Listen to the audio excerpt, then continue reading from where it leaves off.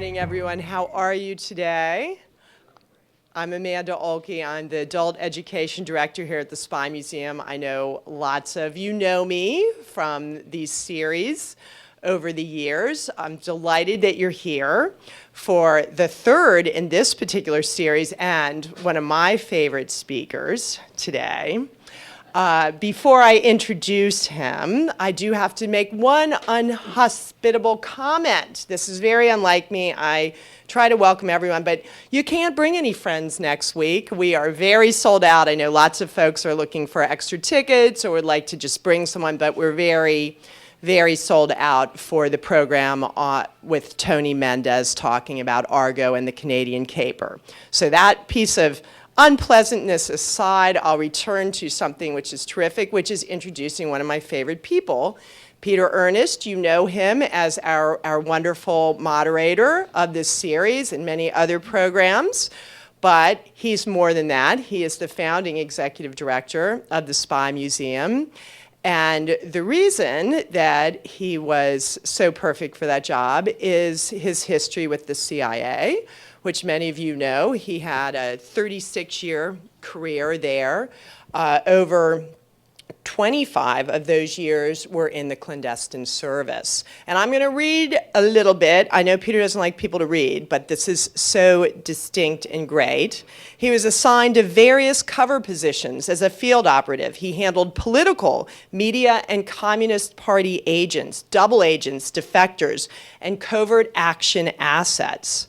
He headed the special CIA task force assigned to oversee the defection and resettlement of the highest-ranking Soviet official to defect to the United States after working covertly for the agency. And the FBI agent who worked with him on that always called him God.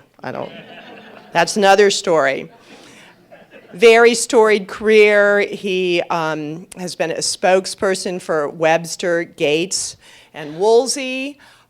Went on after his agency career to have it was class active video production, and he is, as you know, fabulous on camera. You've probably seen him comment on many different spy cases all over television. But the reason that he is heading this talk today on saving Ryszard Kuklinski is because he worked with Ben Wesier, who is the author of A Secret Life, The Polish Officer, His Covert Mission, and the Price He Paid to Save His Country.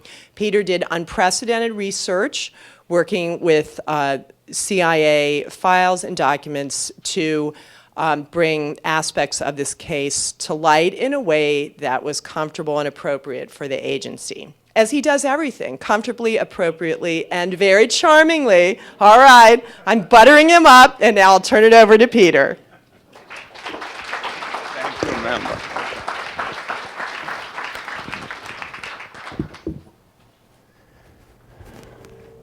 Thank you, Amanda. And good morning to all of you. Good morning. Thank you. Okay. I just love it.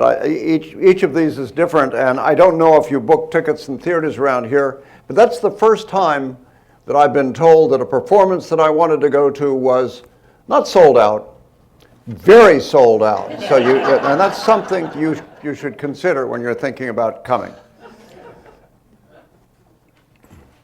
It is August 1972, and at the embassy in Bonn, there is a letter received.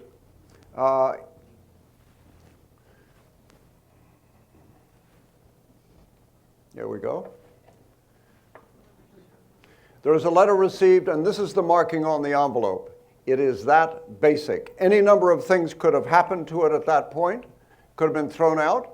A foreign service national who was co-opted by the Poles could have decided maybe it shouldn't go to the embassy, but nevertheless, inside the letter, and that was the only heading, was an envelope marked for the military attaché.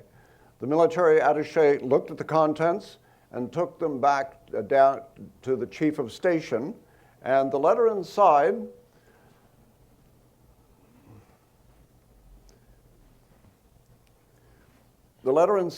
was this. As you can see, it's fairly primitive. and I'll give you a chance to look at it. And as you can see, there's some misspellings. I should tell you that the individual who wrote this letter was not an English speaker, and before sending it, studied the dictionary for some 8 weeks so that he would be able to do the letter. Handwritten in there, the individual who had written the letter said, "I'm going to phone you on arrival in Amsterdam." We know nothing else, where the individual is from, who he is, just the envelope and the letter. Whoever meets me must speak Russian or Polish, and also he does not, and no uniforms. He specified nobody in uniform.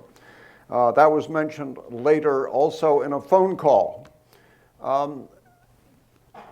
At this point, the SE division, Soviet East European Division in headquarters, had become much more aggressive in trying to pursue targets.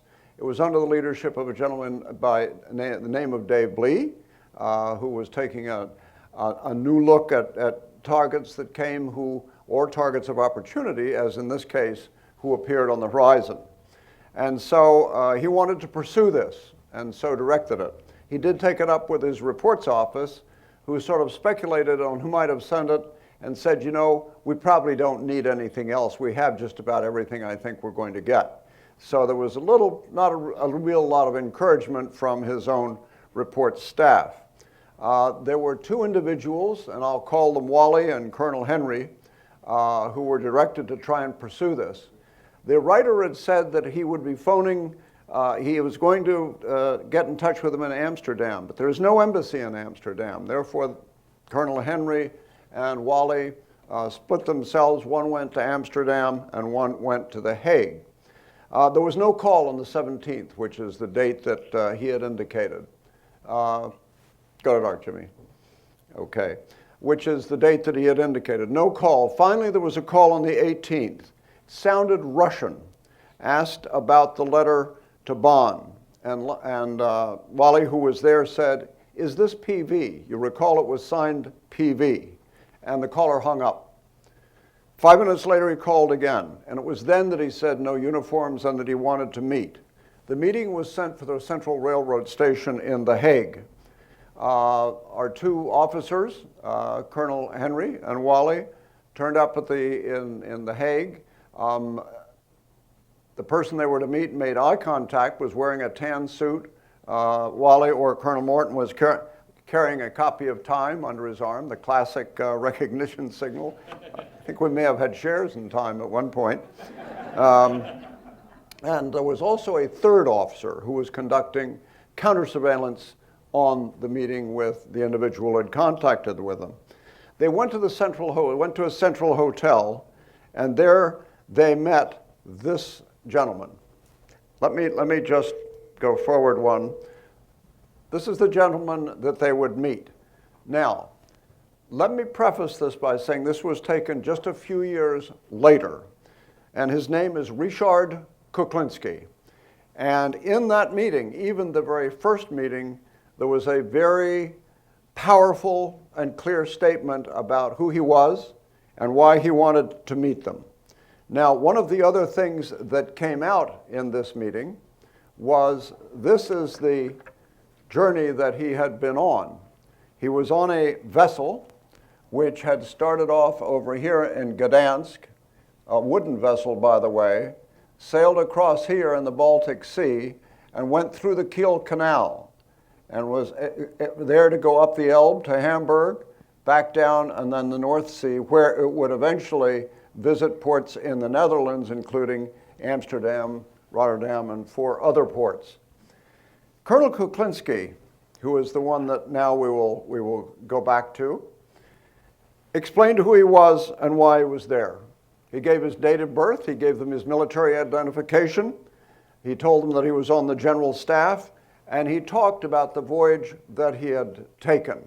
This, incidentally, was the Legia, which was a wooden vessel, which Kuklinski had been working on himself shortly after the Hungarian Revolution in 1956. He completed this by about 1959. We learned subsequently from him that this vessel, with a crew of 9, was in port. and it had sailed under the guise of being a surveillance mission. In other words, it was approved by the Polish staff because the individuals under Kuklinski's command were conducting surveillance of Western ports, Western harbors, and just the territory generally. He also had his son, Bogdan, on the vessel with him. That meeting, the first meeting with him, was described by the officers who met him, and I will give you just some highlights from their very, very first communication to headquarters. And they said that Kuklinski had taken the position that Poland had not chosen its place in this very divided world. And he felt that Poland's interests and loyalties were much more to the West than with Moscow's. And he wanted Poland to be free of Western domination. He felt the Polish and Americans should open a line of communication. The military, you recall he had sent the letter to the military attaché, and he had reached this conclusion that Poland was under the domination of the Soviets, and that was the wrong place to be during the nearly 9 years he had served on the general staff. He said, my main duties were preparing Poland for a hot war with the West. And he said, everything that I learned, all of my beliefs, all of my training, convinced me that we were on the wrong side. Now, one of the key things about any walk-in, or in this case, write-in, that you want to know is, who are they? And what do they have access to? What might be our interest based on their access? And so they asked, mind you, they're meeting in a hotel room, and they asked Kuklinski what he had access to. Now, let me just pause for a moment and go to dark, Jimmy. Pause for a moment and say here, Kuklinski had a very distinctive personality, a very distinctive way of relating. You saw he's a very good-looking man. He was rather short in size, probably about 5'8", 5'9", around there. Wiry in build. One of the officers who met him said, he's not beefy and heavy and sturdy, but you got the impression that he would comport himself very well if it came to a fight. He also had a very commanding presence. There was a way he had of talking and presenting that reflected his time on the general staff and a lot of hours spent briefing people, presenting facts and material, debating them, and so forth. And so they reflected that, and it came through in the very first meeting and continued right through our history with him. This is what he said right then was part of his access. He had been working on the Polish general staff, but working with the Soviets regarding matters concerning the Warsaw Pact. Therefore, he had great insight into the Soviet side of what would happen in the event of war. So he was very familiar with the Soviet orders, the battle for East Germany, for East German and Czech forces, order of battle, for East German and Czech forces, and for Soviet troops in East Germany. He knew of the latest military exercises. He had written many of them. And based on collected data concerning the strengths and mobilization speeds of the Warsaw Pact troops, he could provide testing reports for Soviets' rockets, bombs, and tanks, and information on battle readiness. He had access to all major calculations for mobilization, deployment, and regrouping of Soviet Pact forces. He could even provide copies of the Soviet journal Voyennaya Mysły, which is military thought, which often contained the latest Soviet thinking on military matters, and we were always hungry for copies of that. He said it was too risky to bring anything like this with him, but he could get copies and he would provide them. This is an extraordinary list of access right at the outside of any relationship with any asset we had ever dealt with.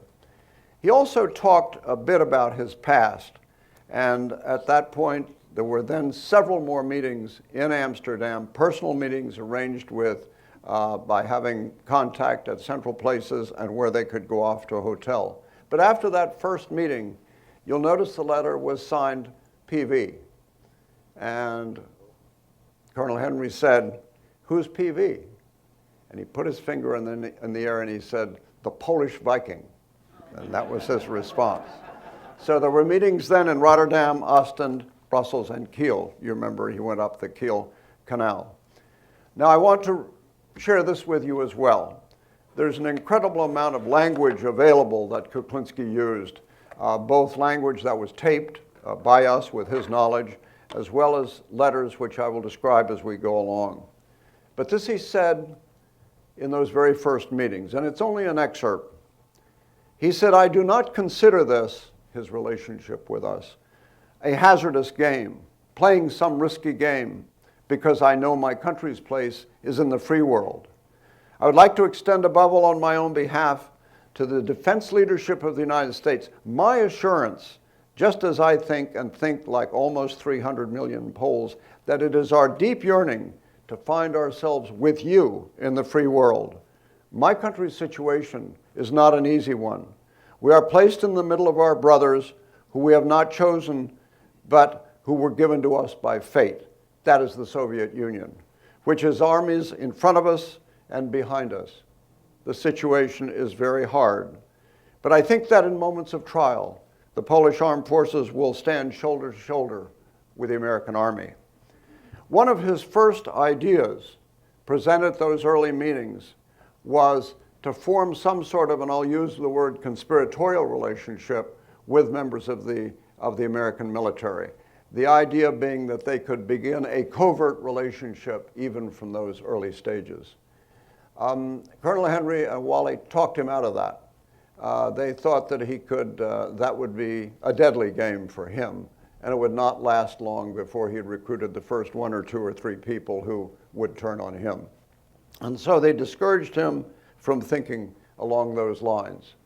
What they wanted to do was determine his access, make arrangements for communications inside Warsaw where he was. As you know, that any source is most valuable when you are getting real-time information, not when it comes to you later in the form of a written report or it's mailed. And so there was a drive throughout the Cold War for us to be able to beef up, as it were, to improve our means of communication so it could be more real-time with what the asset was getting. And so much of the time was spent in preparing Kuklinski to return to Warsaw. Kuklinski also said, you remember Jaruzelski was a major figure in that period. He would become the prime minister, president, and he was one of Jaruzelski's so-called golden boys. He was being groomed for higher rank. And so he was placed in the middle of the most sensitive relationships with the Soviet General Staff. Now let's take another look at Kuklinski here and a little bit about his past. His parents were extremely patriotic. They raised him to have a sense of pride, obligation, fulfilling his commitments. He experienced personally, along with his family, both the brutal Nazi occupation of Poland and later the Soviet domination of Poland. His father was in fact killed in a concentration camp, taken from the family, and so these were things he experienced firsthand, and it gave him a very powerful feeling about Poland's place in the world and how it had been dominated by these two powerful elements, the Nazis and now the Soviets. This is his first photograph in uniform. He was 17. He had just joined the Polish army, and he also joined the Communist Party as part of that. At 22, he would wed Hanka, who was then 19. This was in 1952. He'd been born in 1930, so you can sort of keep track of his age. He was 22. They would have 2 sons, Bogdan and Waldek. Bogdan had accompanied him on the voyage, but was totally unwitting of Kuklinski's real motive, which was to contact the Americans. So he had contacted him and would later play a role in Kuklinski's life. Kuklinski always had a lifelong love of the sea.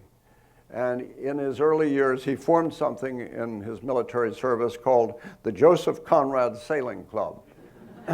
And he truly did enjoy sailing, and he used it in this case to help cover his contact with the West.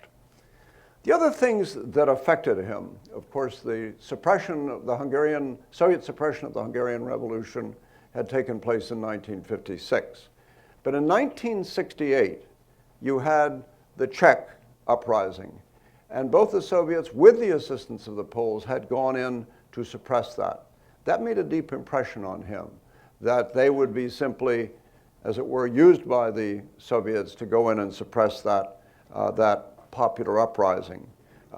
He also was very affected by, in 1970, there had been some protests inside Poland about price raises, and he had been part of that effort, and later was part of a post-mortem, if you will, as to how it had gone. Again, it was deeply disturbed him that that they were firing on their own people. He was at one point fated to go to Washington as a military attaché. That was changed, and he was sent to Vietnam to be part of the ICC, the commission overseeing the Geneva Accords. At that time, he had an interesting experience. It was on a rooftop. People were having cocktails, and he met a Polish-speaking American. And Kuklinski had a real love of America, a real admiration for America. He was aware of America's role in World War II, and of so much that America had done in the subsequent years. And so he spoke with the Polish-speaking officer, and who obviously tried to form a relationship with him, offered to buy him something in the PX, some little thing. But Kuklinski never followed up. And so that contact was lost. But interesting, and I think this is indicative of the intelligence business as a whole and how things often work, that chance meeting on the roof of a hotel in Vietnam was actually the subject of a report by the officer who met him. So later, in looking back into Kuklinski's records in the agency, which were very slim, that very meeting, that little report had been done and gave an impression of Kuklinski even in those early years. The trip that I described to you had been approved by, you can go and go dark, Jimmy. You there? Yeah, thanks.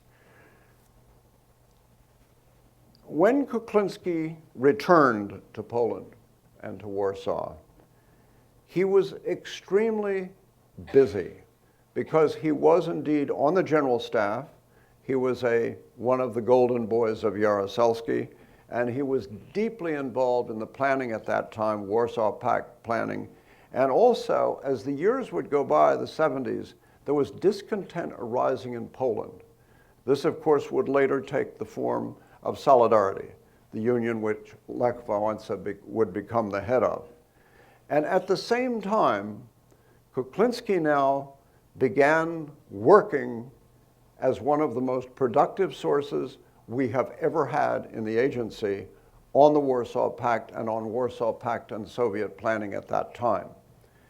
Let me just go forward. This was, by the way, his son, who was with him at the time. But I want to go to, this is his home in Warsaw. And he, at that time, had a studio. He had been an amateur photographer, but he began, you can go dark, Jimmy. He began refurbishing his studio so that he would be able to photograph documents there. Now, Hanka, his wife, knew nothing about his role. His reasoning was he wanted to get into photography more and do more things that he had done in the past. He also tried to, as I recall, soundproof it so that the fact that he was in there so often and doing so much would not be picked up by a neighbor. He was able to take documents out of his office and bring them home. And there he was able to photograph them. So this was not an asset where the photography was done inside the offices of the general staff, but rather almost all of it was done at his home. I'm leaning forward a bit here, but I want to give you some sense of the magnitude of the production in this case. My recollection is that in the 9 years that he would work for us, from 72 to 81, Kuklinski passed some 40,000 highly classified, highly sensitive documents to U.S. intelligence during that period. This was done almost entirely by tradecraft means, by what we then called impersonal contact.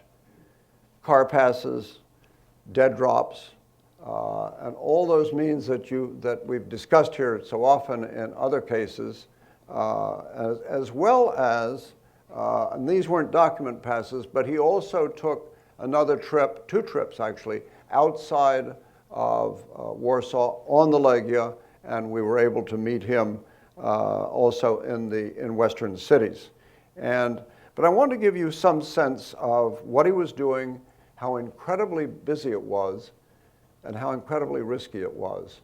There are a number of incidents that happened where he was nearly caught.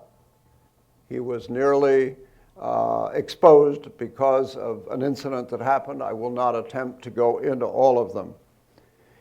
The other thing I should mention that is, at one point, Kuklinski requested what we used to call in the agency an L pill.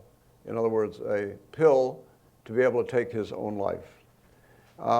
That was initially turned down by headquarters. It's a very difficult decision to make. Much depends on the situation and our evaluation of the asset himself. Now, this became such an important case, it was necessary to put everything we could have on it.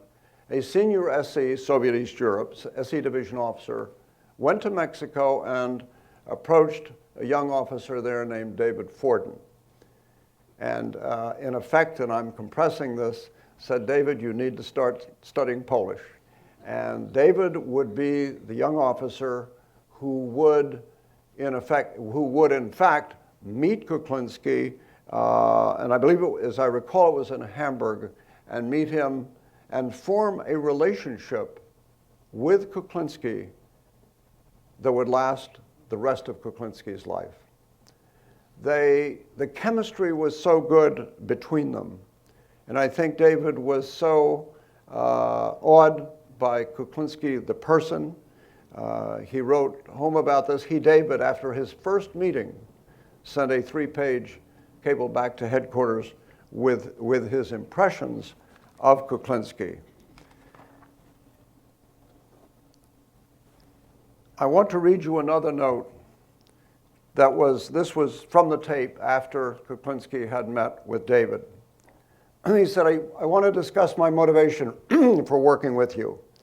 I consider the small contribution I make to the strengthening of your country my duty. Your country does not represent strength only, but serves as an example. And all the changes to the better in my country are generated by this example of yours, from your country and the entire West. I consider it the highest honor and my duty to extend assistance in order to make your strength a formidable deterrent, which will ensure that the world will go on in the direction in which it is now going. I consider myself a servant not of your country alone, because I work for the freedom of all, but since this freedom emanates mainly from your country, I have decided to join with you, and I shall continue as long as my strength lasts.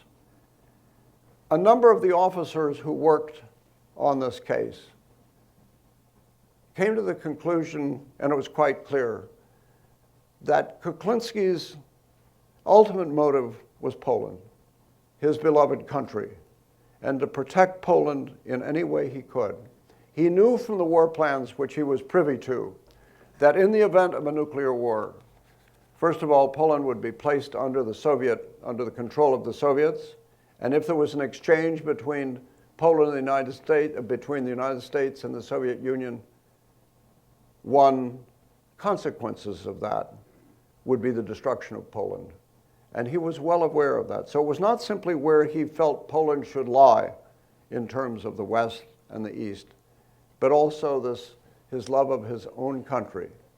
Some officers who dealt with him said, you know, we look and we say, you know, that Kuklinski was an asset of ours. But I think you could also say, and some of those officers do, we were his asset. He was using us. He wanted to use his contact with the West, with America, and with the Americans he was in touch with to help Poland and to help his own country. In 1974, there was another trip. Now, I want to touch on one thing, and that is the correspondence between Dave Forden and Kuklinski. They wrote each other quite regularly. They touched on personal things. But Kuklinski's temper and his mode of expressing himself was along the lines that I've shared with you. It was deep patriotism. What he was doing was an honorable thing, and they would do it as long as he could. We saw as the 70s wear on that he was beginning to show signs of the strain which this was placing on him. In addition, he told us that counterintelligence in Poland was taking a closer look at these trips, why they were being made. In other words, was there really take coming out of this? Let me just show you, to give you some sense of the closeness of Kuklinski to the Soviet leadership. And these pictures, by the way, I'm showing you courtesy of Ben Wesier, the author of A Secret Life, and we will touch on that towards the end. This is Warsaw, December 1979. This is Soviet Defense Minister Dmitry Ustinov with the wartime statue for signing. It formally places Polish armed forces under Soviet control during wartime. So you can imagine how Kuklinski felt about the agreement and the significance of the agreement. This is the Polish defense minister. You can see Jaruzelski in the background, Kuklinski in the foreground at a meeting of the Defense Ministers Committee in Budapest in 1977. And here, perhaps one of the most revealing pictures, this is Kuklinski holding the standing, and he is between Soviet Marshal Viktor Kulikov, commander of the Warsaw Pact, and General Anatoly Gribkov, the Chief of Staff of the Defense Ministers Committee in Budapest in December 1980. And it was at this point, shortly before that meeting, that he sent a message to CIA that there were preparations for a Soviet and Warsaw Pact invasion of Poland. The concern here, of course, was the rising discontent. Of course, this would take the form of solidarity. And it was the concern of many that if the Poles were not able to control the situation on their own, that the Soviets would take a hand in suppressing the dissent. And right around this time, Dave Forden and others involved in the management of the case in SC Division proposed giving the Distinguished Intelligence Medal to Kuklinski. It is the highest award we have, but they felt that his production was so extraordinary that he merited that recognition. And so there was a recommendation he be presented with the medal, and of course it would be returned to the case officer and to headquarters for safekeeping. That wouldn't be the first time that has happened. By this time, Kuklinski had the name, we often give a name, code name, if you will, to assets at headquarters. And Dave Blee, whom I mentioned to you previously, gave the code name to Kuklinski of Gull because of his love of the sea. Now, the purists will tell you, never give an agent a name which in any way is reflective of them, of their interests or anything else. Nevertheless, he was called Gull. The case was assessed in 1978, and the officer reviewing it, in this case it was a counterintelligence officer, but he reasoned and concluded that Kuklinski was by a wide margin the most valuable agent we are currently running against the Soviet East European target, and possibly the most productive single source against the Soviet East European military target the agency has ever had. That's a very powerful comment for anybody to make. Around this time, we're into the latter part of the 70s, Dave Forden, whom Kuklinski knew as Daniel, was assigned to Vienna as chief of station. At that time, it would be difficult for Daniel, Dave Forden, to maintain the regularity of the correspondence with Kuklinski. And so the writing of the correspondence was picked up at headquarters, but writing as Daniel, but picking up David's way of expressing himself, picking up the things that David referred to in the letters. And so David followed the course from his perch in Vienna, but the correspondence, the regular correspondence, was in fact carried on by headquarters for a time. In 1977, we're drawing almost to the end of the productive years, there will be a few more, of Kuklinski. This was something that Kuklinski wrote. He said, "You were," and this is writing to Daniel, "you were and are for me, you were and are for me, a symbol of the country with which I associated myself, and seen in a wider national and social perspective, my feelings and hopes. In the now beginning 5th year of our cooperation, they seem to be still more rational and possible to achieve. I do not know how much my physical strength will suffice, but one thing is certain, that I would like to maintain this bond until the end, or at least as long as it will effectively serve the cause of freedom for Poland, Poles, and of other nations." And that letter he signed PV, the Polish Viking. In 1979, a young woman by the name of Sue Burggraf went out to the station. She would be the first woman to serve as a full-time operations officer or case officer at the station. And she would play a critical role as the case winds forward at this time. Now, I mentioned to you that the communications with Kuklinski, almost entirely by impersonal means of contact, it takes time to do impersonal contact. It takes time to find the dead dropped sites. It takes time to put the dead drop down. It takes time to leave a signal, time for the agent to see the signal, and then to empty the drop. You can just see these steps stretch out the amount of time that it takes for us to finally get the information that we're looking for. This becomes particularly critical in a fast-moving situation. And the situation in Poland was building now. The dissent, the Polish concern for the dissent, the Polish Jaruzelski and the military leadership and the political leadership. So one of the things that was introduced at this time was a small device about as big as a cigarette pack, which was called Discus. And that was a small communications device in which the agent could put in a message, like typing. It had a keyboard, be somewhere within range of where we were receiving messages, and then send his message. It would go by what was called a burst signal. It would go very quickly, and it would be encrypted. And in addition, we could send messages back in the same fashion.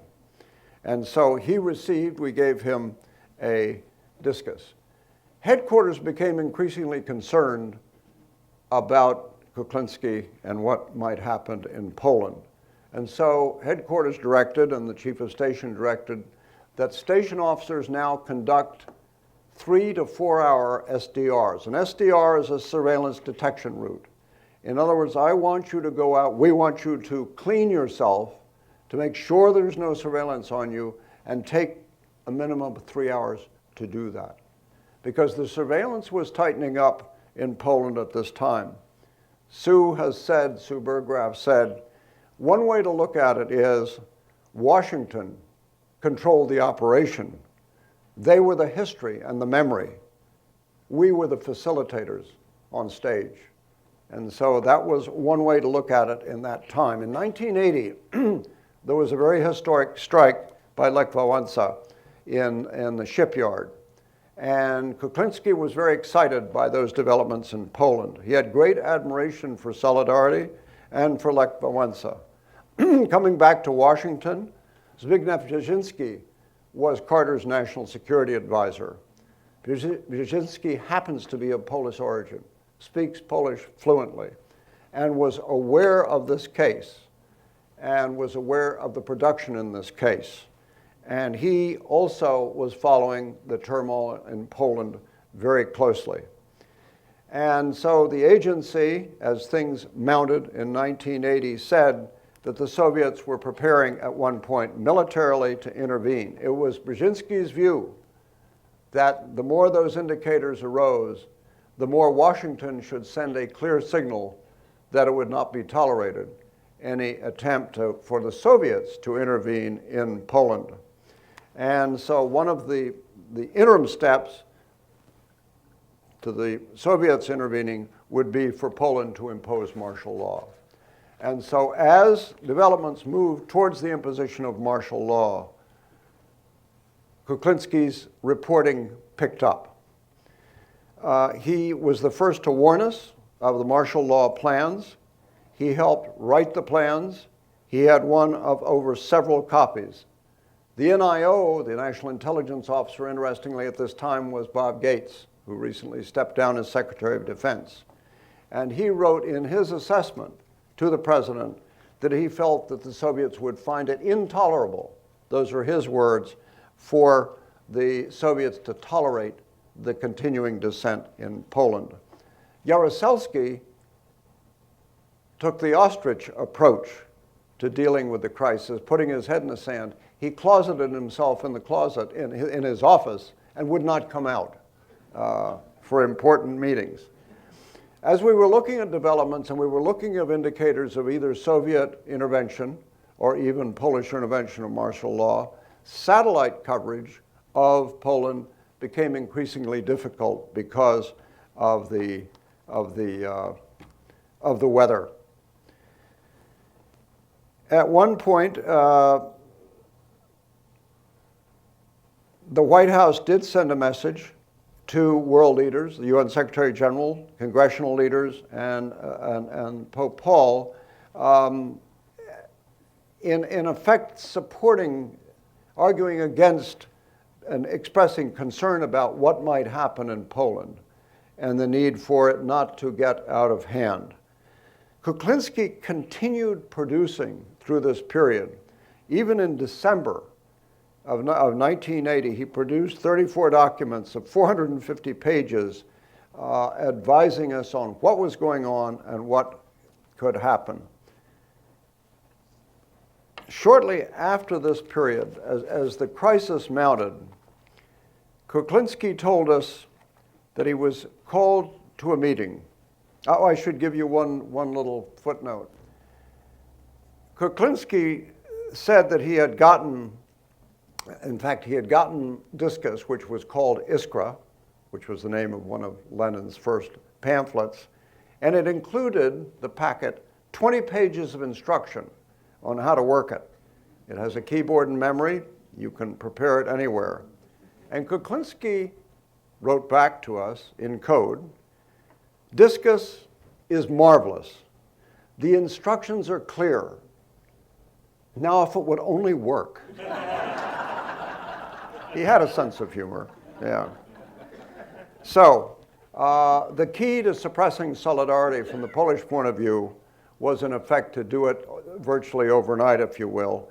They had 6,000 dissidents that they had recorded by name. They knew who they would crank down on, and so we were getting increasingly strong signs from Kuklinski that something like this would take place shortly. Here is a short note he sent to us, encrypted from Iskra. Everything is pointing to the end of my mission. And I realized there was one thing that I didn't tell you, and I will now. and I think I deliberately omitted it as we were going through. I mentioned to you that Kuklinski had asked for a suicide pill, which was initially turned down. He raised it again. He had also raised the prospect of carrying a gun. We discouraged him for that, because if he was caught, it would make his case much worse. In thinking about issuing him such a device as a pill, Dave Forden weighed in and said, Gull, who of course was Kuklinski, has repeatedly come through as an exceptionally well-disciplined individual of strong military character. We definitely do not view him as considering terminal measures because he doesn't believe or understanding that we can help. We see in his talk of possible self-termination the expression of a military man with a deep sense of honor who wants to guard against the possibility that he might be seized without warning and forced physically or psychologically to act in a way that would destroy his sense of self-respect and honor. And after receiving that from David, Kuklinski was given a pill. So when Kuklinski talks about the end of his mission, there is the prospect that he might take a step on his own. I have a choice of taking my own life, early arrest, or the help which was once offered me. We had made plans from the very first to exfiltrate Kuklinski and his wife. Much like those of you who have seen Argo, in other words, an exfiltration, an attempt to smuggle, in this case, Kuklinski out of the country. In this case, it wasn't something that arose suddenly. We had documentation for him to carry, false documentation. There were plans to meet him and provide for his transportation out of the country. Now, something came up which would change the state of Kuklinski's welfare. In early November, Kuklinski was summoned to the office of his superior, General Skalski. There were two other colonels there, all of whom had been working on military law. And Colonel Skalski said, Langley, I have now learned that Langley, meaning CIA, has our plans for martial law. Those plans were drawn up by a very, very select group of people. There were only 2 copies, of which Kuklinski had 1. And so in learning that there had been a leak, allegedly from, quote, Rome, close quote, there will be an investigation. There is a traitor among us.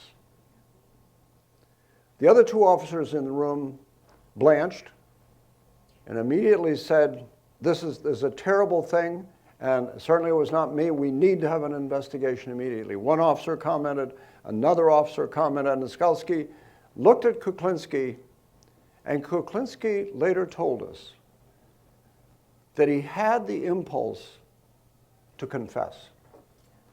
You remember much of what drives this man is a heightened sense of honor, and towards his colleagues and towards the people he had worked with so hard. And at that point, Skalski waved his arm and said, never mind, I'm not a security officer. It's not for me to determine who has leaked this material.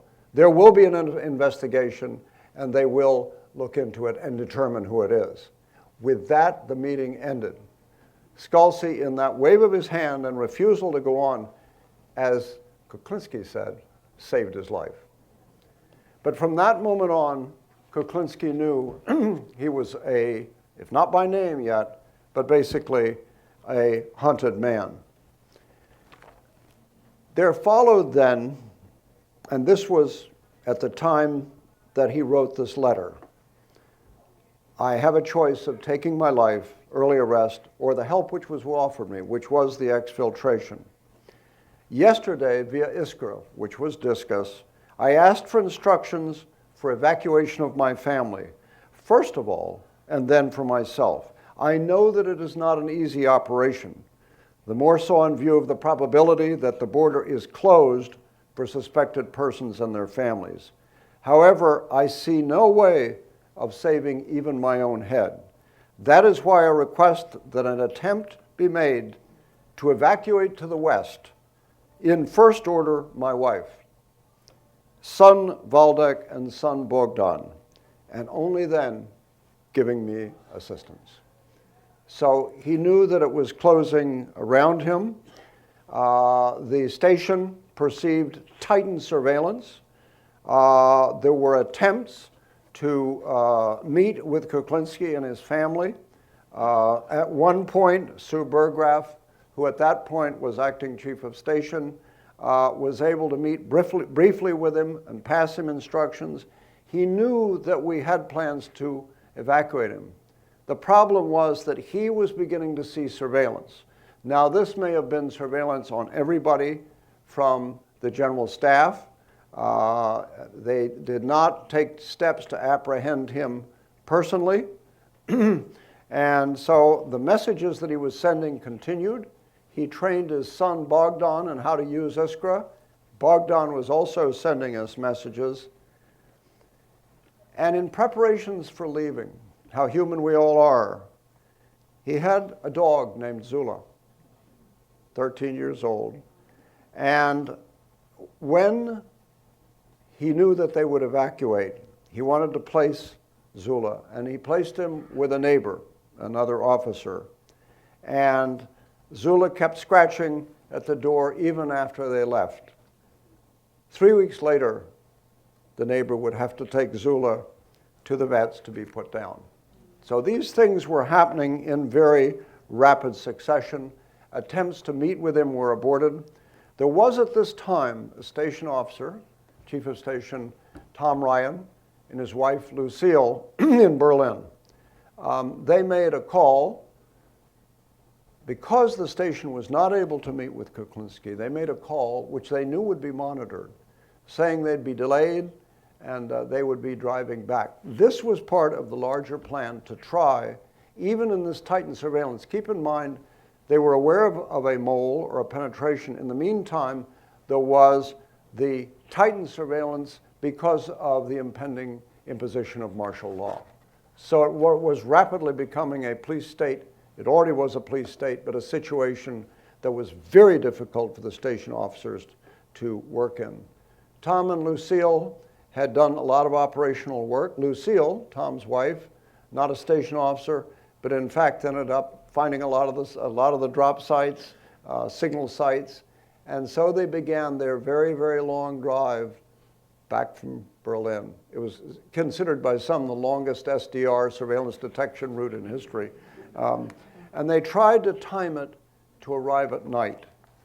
They were able to complete their meeting. They were able to pick up the family, that is Kuklinski, his wife, the two children, and deliver them immediately to the embassy and to make a passage to another vehicle, which was then made its way slowly into East Germany, eventually into the West. In that other vehicle, Kuklinski's been described to me as lying in this carton in which he was concealed. And I didn't tell you this earlier, he was a furious smoker. So he was lying in this carton puffing away as they went through the border guards. And at one point, as they were trying to leave or actually enter East Germany, the van in which they were was stopped by the Polish guards at the border. And it was stopped for 25 minutes. So this is right out, this is a cliffhanger. And they could hear the dogs barking, and the Polish guards walking around, barking orders back and forth. It turned out that the van was a relatively new purchase by the agents, by the embassy, had not been registered, and therefore the plates weren't registered to go through. Eventually that was clarified by a call to Warsaw, and they went through. But it was a pretty, as they said, terrifying time. I want to shorten this because I have a very special occasion for all of you. I would like to show some additional slides, which I will, but I want to share with you the views of a number of the people who were involved in this case. And I would ask them, first of all, to correct anything that I have misstated, which is there's a very good likelihood that that occurred. So please, any corrections. The first one whom I would like to bring up is a gentleman by the name of Erest. Erest was a young analyst in headquarters. He's still young. Was a young analyst in headquarters who was dealing with the production from the Kuklinski case. And just for a few minutes, I would like him to share with you what it was like being that analyst, the nature of what we were providing him, and his eventual impressions of Kuklinski, all in just a few minutes, as well as from his perspective, he's one of the most senior analysts in CIA, of the significance of Kuklinski's reporting. Erest, you want to come up and join me here? There's a step over here or right here. Thank you. Very august company. This is like the interlude between the sexy operational stuff and then the analyst who stands up. And I've got to tell you, it's an honor to me to be allowed to speak in the presence of such august company, which you'll be introduced to. I have them in front of me, and I've got James Bond underneath me here. Bond sort of influences me to use my imagination, but I'll try and keep the story straight. He also irks me because I can tell you right now, at least as an analyst, I don't know about these operational folks, I never stayed in a hotel that looked anything like where Bond stayed. You know? Most of the ones that they let me stay into looked like the prisons that they threw Bond into when Spectre captured them. But that's enough for that commercial. In short order, the importance of Kuklinski, I think, comes in three tranches. And I have one amendment to what Peter said, not a correction. But I think the important thing to raise, and I really will take only a few moments, is to explain the significance of human intelligence and the significance of this particular human intelligence to what we were doing. The difference between technical intelligence and human intelligence writ large is the ability of human intelligence to allow you to understand something, whereas technical intelligence largely allows you the capability to know something. I can take a picture of something, I can listen to somebody talking, and I will know that they're moving 10 tanks from the left side of the street to the right side of the street. I will know that they plan to use the Central Front in such and such a way in a war against Central Europe. I know that they plan to use the Soviet forces in a certain way because of the way they're laid out. But what the photograph won't tell you, what even access to the simple war plan won't tell you, is why they chose it that way. Why did they do what they did? And it was that context setting that made Kuklinski the most valuable of our assets. I want to get back to the photographs that Peter showed. To me, a lot of people, okay, yeah, Soviet defense minister, what's that? You know, Ustinov this and Kulikov that. When you look at that picture, and you want to really assess the significance of that picture, understand that if we flipped it, that would be the Secretary of Defense and the Chairman of the Joint Chiefs of Staff sitting at a table with a Russian spy handing them what they're supposed to sign. That's the significance of that picture, okay? And that's what he was doing. He was involved in the process of decision making.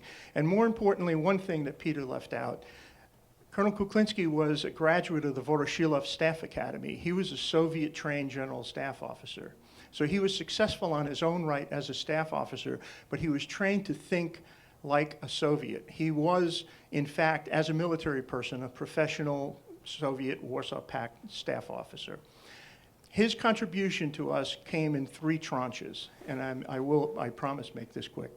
The first tranche is what he did while he was there for most of the time, and that was sending us information about the Soviet Union's war plans, the Soviet Union's and the Warsaw Pact's plans for attack against Central Europe. It was very important to us because of the context setting that I explained to you earlier. That was the first cut, years and years worth of that. And that was when I was first introduced to the material. I came in as a young analyst, and I was young then. I really was.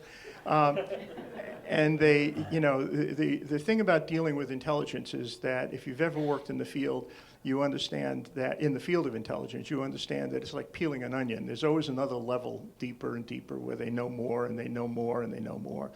I really felt like I was let in on this, the Holy of Holies, when I finally got access to this room full of documents that represents thousands that Peter referred to.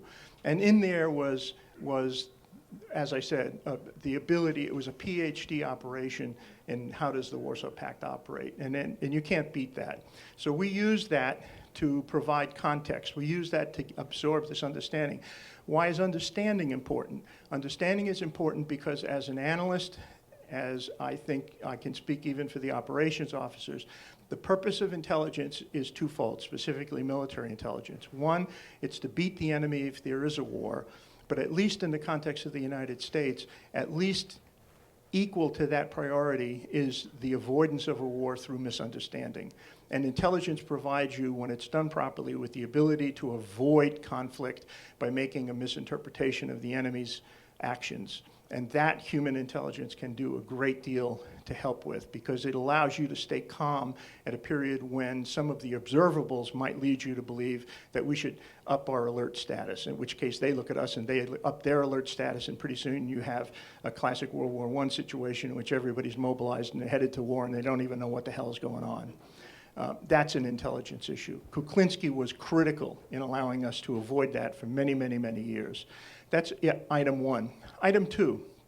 Item two is his information, the information that he provided us during the build-up to Solidarity and martial law.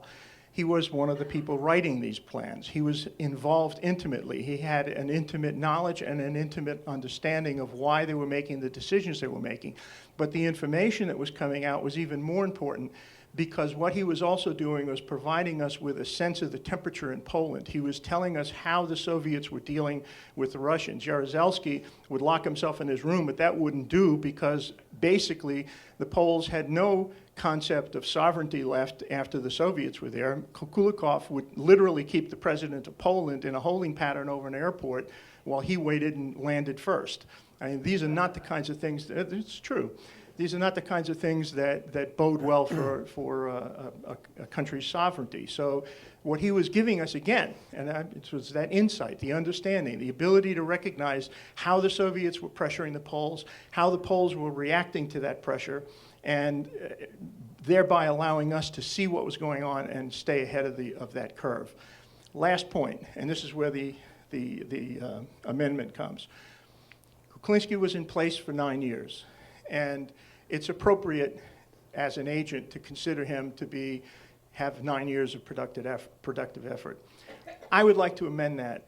His productive effort extended out at least 15 years.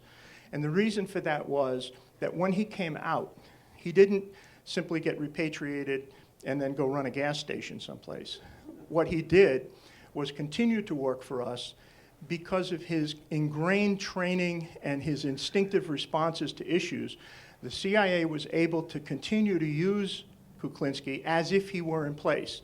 Now, that's the next best thing to having someone in place, I grant you, but it is the next best thing. We could go to him and say, if you were still on the general staff and these were the issues that were facing you, how would you respond to these? How would the general staff, what is the doctrinal response that the Soviets would have to this challenge? And his material in that regard was useful and effective to us for many years after he came out. Personally, I took him around and we visited and spent hours with the chairman of the Joint Chiefs of Staff, with the Chiefs of Staff of the Army, the director of the Commandant of the Marine Corps, and so on. We took him down to general staff courses at the Air War College, at the Army War College. And in each case, he was able to interact with American Army officers who had never, military officers who had never had the opportunity to speak to someone who had that ingrained training and those ingrained instincts. They were talking to their opponent, but they were talking safely and confidently with that opponent. These are the kinds of things that made his contribution so valuable. When I did not know who he was, an analyst's association is with the material, not with the individual. It's the inverse of the ops officer. I would get this information, I would analyze it, we were doing the best we can until he came out. When he came out, several days after he arrived and was debriefed on operational issues, I was called into my division chief's office and said, do an SDR and wind up at this address someplace in Northern Virginia. Now, you tell an analyst in Washington to do an SDR, and you're like, what? But I did. I drove around aimlessly, which my wife claims that I do anyway. And I wound up at this place. I went in and I discreetly knocked, and the door opened, and maybe a little imagination is fading into this, but what I remember is an impenetrably smoke-filled room. The man was a smoker. And if you wanted to know the days that I visited Kuklinski, all you had to do was sniff. It was all over me. There was a short man sitting at a desk. There was a fellow who I was introduced to as a translator, and then there was this big guy. I don't know who he was. He didn't say hello. He just stood there. But after a few minutes of talking with this gentleman, I didn't know what I was up to or what I was there for. It immediately became obvious to me that he was the source of all that information that was in that room. And that was my introduction to Kuklinski, which I'm very happy to say I was able to maintain right up until his death, unfortunately. And Okay. that, I hope, does it for you. Wonderful, Erest. Thank you very, very much.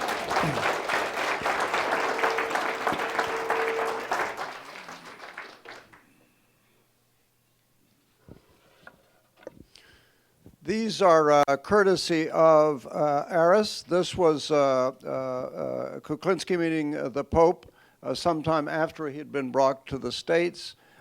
He was able, and I'm foreshortening this very much, he was able to visit Poland. He was recognized by many, many Poles for his deep patriotism.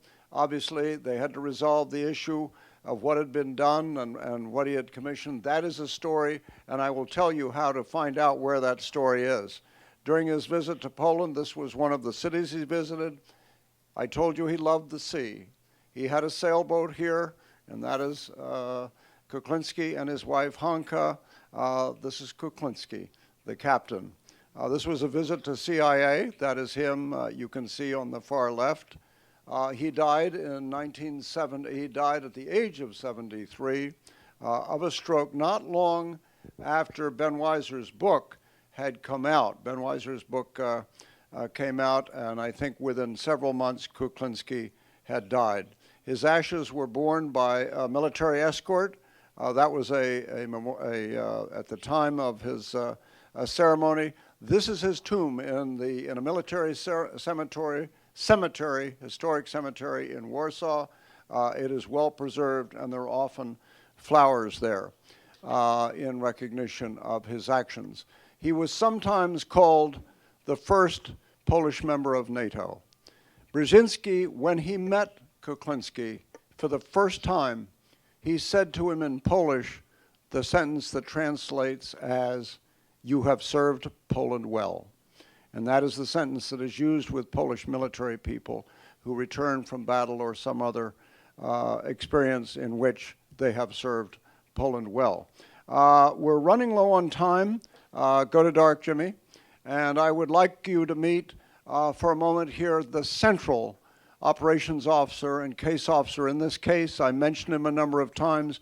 It is hard for me to capture the profound relationship that he and Kuklinski developed. Indeed, it did partake of a virtual spiritual relationship and lasted until the end of Kuklinski's life. Dave, would you just join me briefly here on the stage and perhaps give an impression of Kuklinski?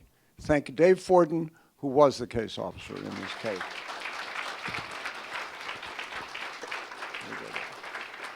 Thank you. You don't have to be long. I want to thank you all so much for coming this morning and listening to Peter and Aris and others on the life, the importance, the spirit, the courage of this very special man who became our very special friend, Ryszard Kuklinski. It was, as you can imagine, not difficult for a case officer, any case officer, often referred to as just another dumb case officer, to feel a special intangible pull in getting to know and getting to work with Ryszard Kuklinski. It was very, very special. And even dumb case officers know that. I was just another dumb case officer. But dumb case officers can also be very helpful, and not just on thematic issues.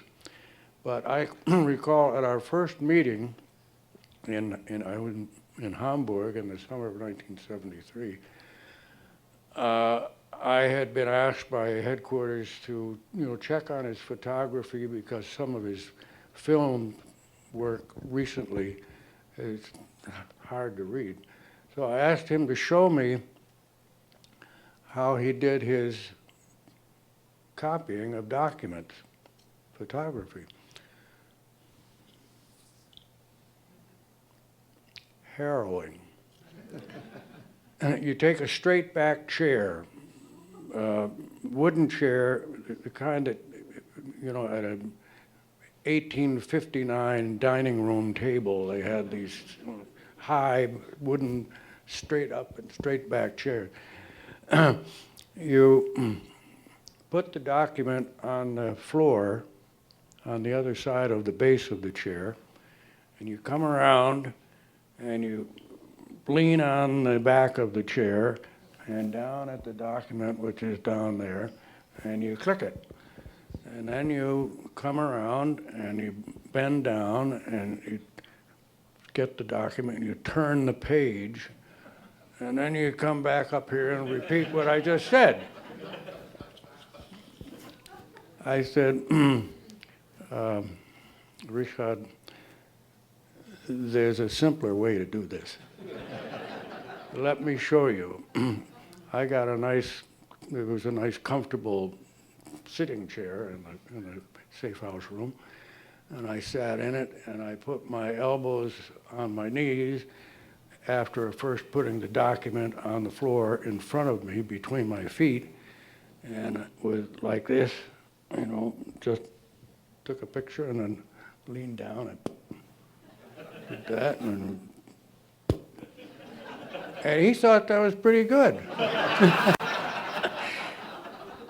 And over the rest of the course of the operation, yes, it was hard to keep track of all the numbers, but somewhere, Ben, right, 40,000 pages? Just imagine doing all those from a straight back chair like that. Eh? So even dumb case officers have an important role to play in productive operations. And especially working with Ryszard Kuklinski, it was so gratifying. I want you to know that. I don't think there's anybody in this room who would walk away from it and say, just another. Thank you. Thank you, David.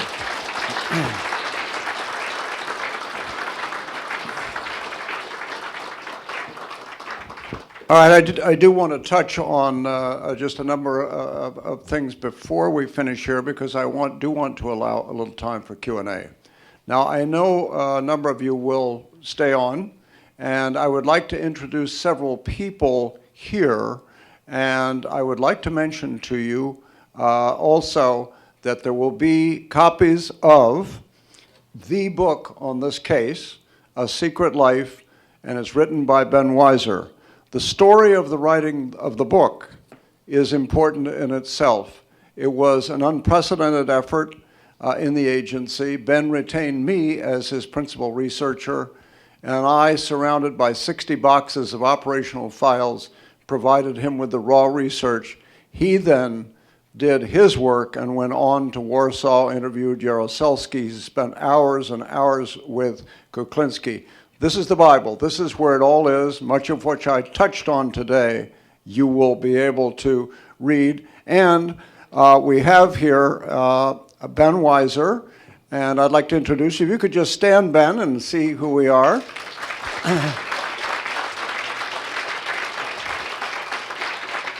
Ben is currently, was with the Washington Post and is now in New York.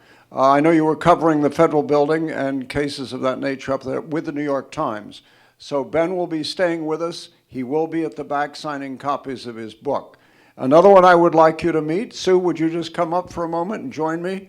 This was Sue Burggraf, first woman operations officer at the Warsaw station, and who was acting chief of station at the very end. And there was one meeting that you had with Ryszard that I remember was fraught. I wonder if you could, with tension, because it was the last meeting we had with him before we eventually brought him out. I wonder if you could just talk for just a bit about that meeting.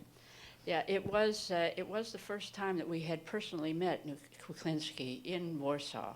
Up to that point, it had all been impersonal contact, dead drops, and moving car deliveries. Well, this particular evening, actually, let me step back just a second. Warsaw Station was quite small.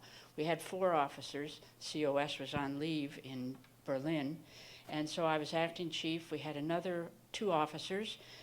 The third one had just arrived only a couple months before and could barely find his way between the embassy and his home, never mind going out on the street to find surveillance and find the sites where we were supposed to meet Kuklinski. So that came down to just the 2 of us, Evan Davis and myself.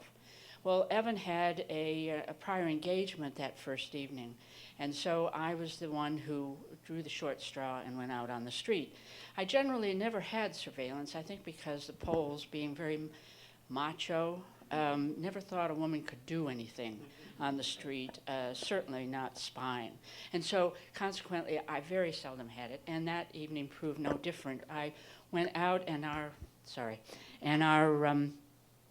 meeting site was in an inner courtyard of an apartment building, and it was scheduled always at 10:30 at night. Well, it was,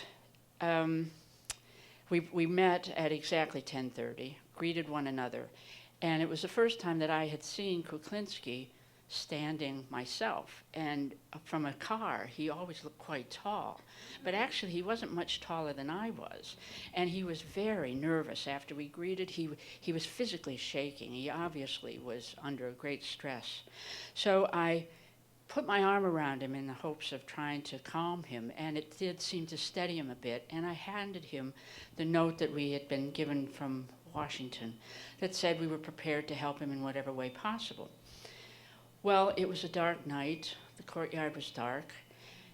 That didn't help either, but Kuklinski didn't have his glasses, so he couldn't have read it even if it had been light. So there was some ambient light coming through an apartment window, and we strolled over to the light, and I read the note to him.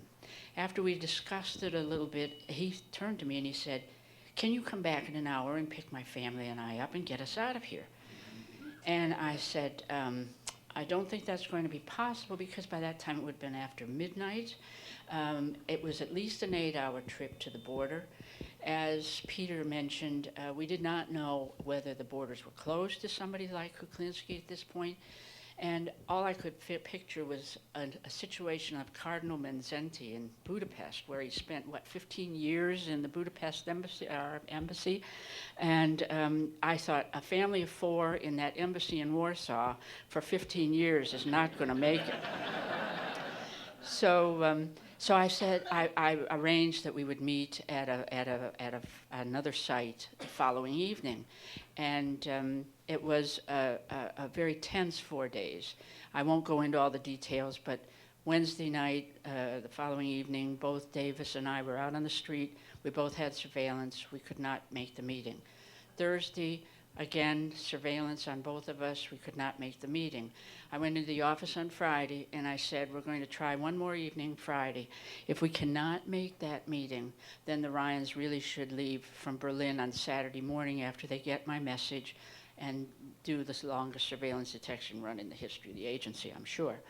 And that's exactly what happened. But what is really interesting, and what probably a lot of people wouldn't understand, is that the Ryans were coming in on over an 8-hour trip to Warsaw. We had no contact with them. We didn't know if they had an accident, or the car broke down, or perhaps they got surveillance when they got into the city, and therefore wouldn't be able to make that meeting anyway. And the final message that we got from Kuklinski on Saturday morning switched the site that was going to be our meeting site for that evening. We had originally always said we were going to meet at a site called Skok. He had put in his message we would meet at Skron. So then there was confusion. Which was it going to be? Was this a mistake, by the way, from what he had put in the message, or did he deliberately do that? So we sent the Ryans to Skron, and Davis and I were going to follow up at Skok at the same time period, hoping that he would be at one of those spots. As it turned out, he, of course, was at Skron. The Ryans picked him up, and the rest is history. Great. Thank you very much, Sue.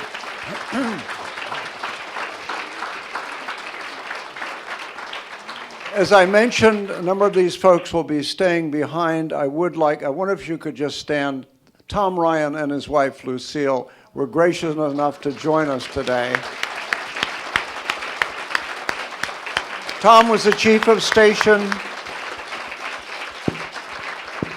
Lucille was the gal that did all the work that I described in looking for signal sites. There was one other individual who was hoping to come. Are you here, Gil? Kendlin, did you come? Oh, here you are right here. Would you stand up, please? He was a case officer at the scene, and there's a wonderful story which Ben Wesier has described about Gil trying to retrieve a message which was in the snow, down several feet, in a blizzard, and Kuklinski had left it there, and you discovered it, you pulled it out of the snow, you took it back to your apartment, you got in bed, pulled the covers over your head, and decrypted it. Well, I didn't decrypt the whole thing, but I started. And then you took it into the office and sent it back. So I'm just going to ask, yes, sir. Yes, your message was that you decrypted. It was, Yeah, I'm sorry, the invasion of Poland. yeah. And It's the martial law, yes. the invasion of Poland. So it Right. was the martial law plan. And 3 days later, Jimmy Carter went on national television and said to the Russians, "Don't invade." So, Okay. yeah. Don't do it. So it was a time in which intelligence played a very critical role in what was an evolving crisis. I wonder if Sue, you and Erest and Dave, and your daughter Sarah and Ben, would you all please stand so we can honor you for your work that you did in this case? Would you please just stand in your places? Please. Erest Pappas, Dave Forden, Sue Burggraf, Tom Lucille, and Gil.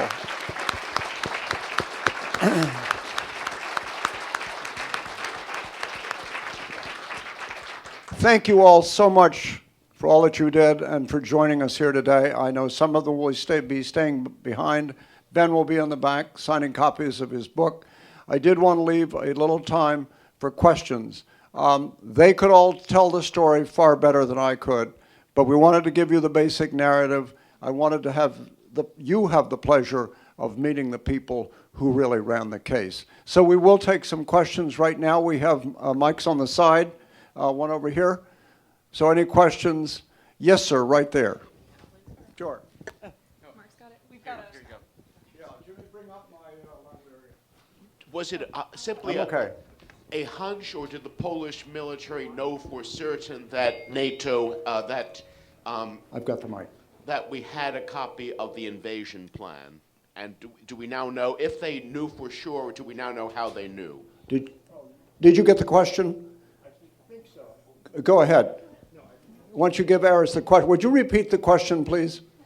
And we'll keep them crisp so we can move along. Do we have the invasion plan? Did they think we had the invasion plan, or did they think we had the martial law plan? No, was it a hunch on their part, or did they know for certain that the CIA had the copy of the plan? And if they knew for sure, how do we now know how they knew? Yes, as far as the way it came across was they knew for sure. But how they knew is a question that still vexes the operations staff. I can give you one theory.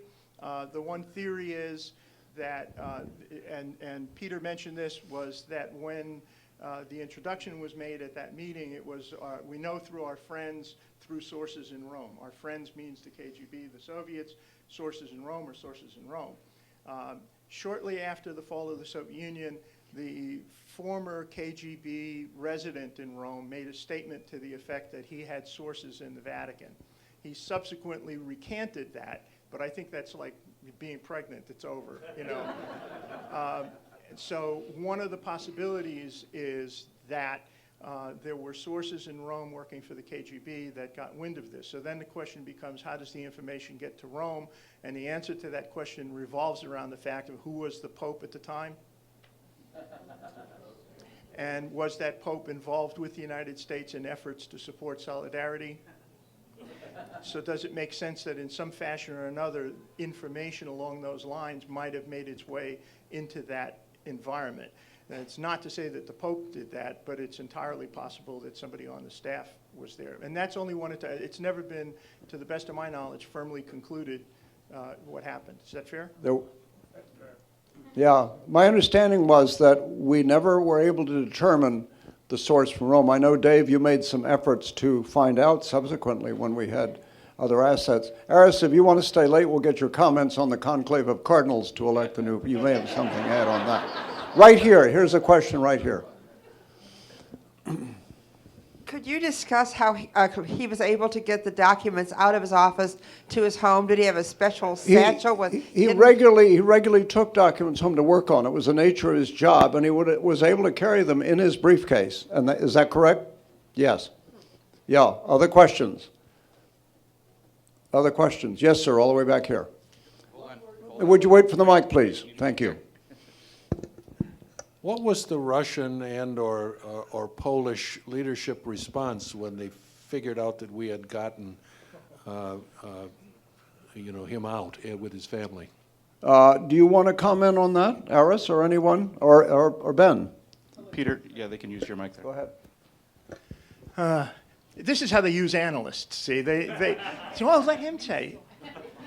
I still have you know, nobody was in the room when they finally figured this out, but it must have been a really interesting thing to see. But I would say that it probably, to the best of my understanding, it came in a couple of tranches. First, obviously, an individual who was from the general staff, who had everything to do with writing the martial law plan, suddenly turns up missing and doesn't show up for work for a couple of days. That's a big significant bogey right there.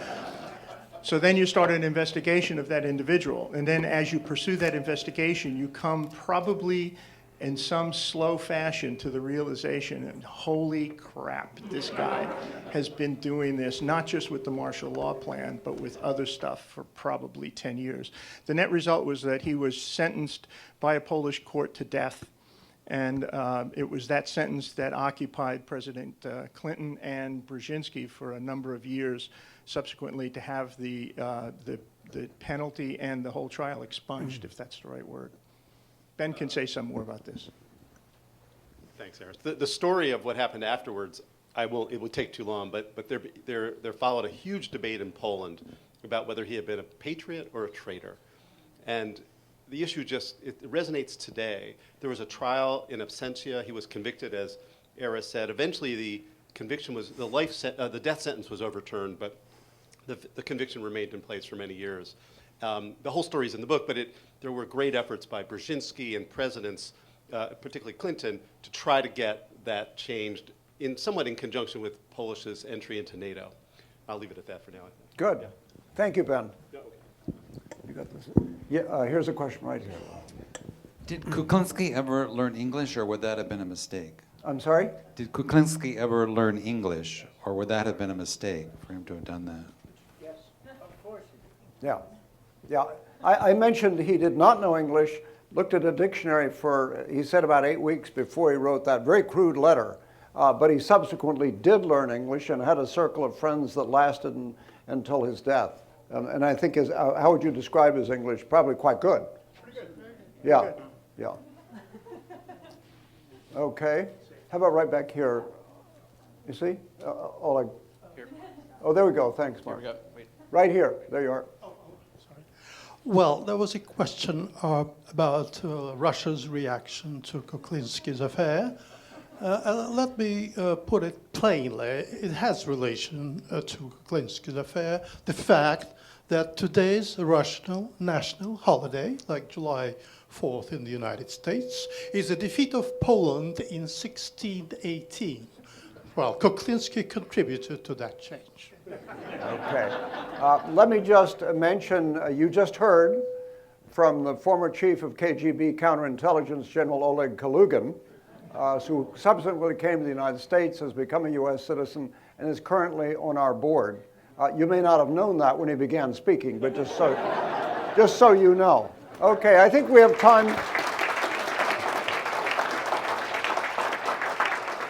I know a number of you have parking meters and metros to make, and I'm sorry we didn't have more time for questions. Most of the folks here will be staying. It was such a pleasure to have you here. Dave, Erest, Sue, Tom and Lucille, Ben, you came down from New York. Thank you so much for joining us today. I think it is And really Peter, helped you make did. a Peter, you tremendous- did a pretty good job too. Thank you so much for joining us.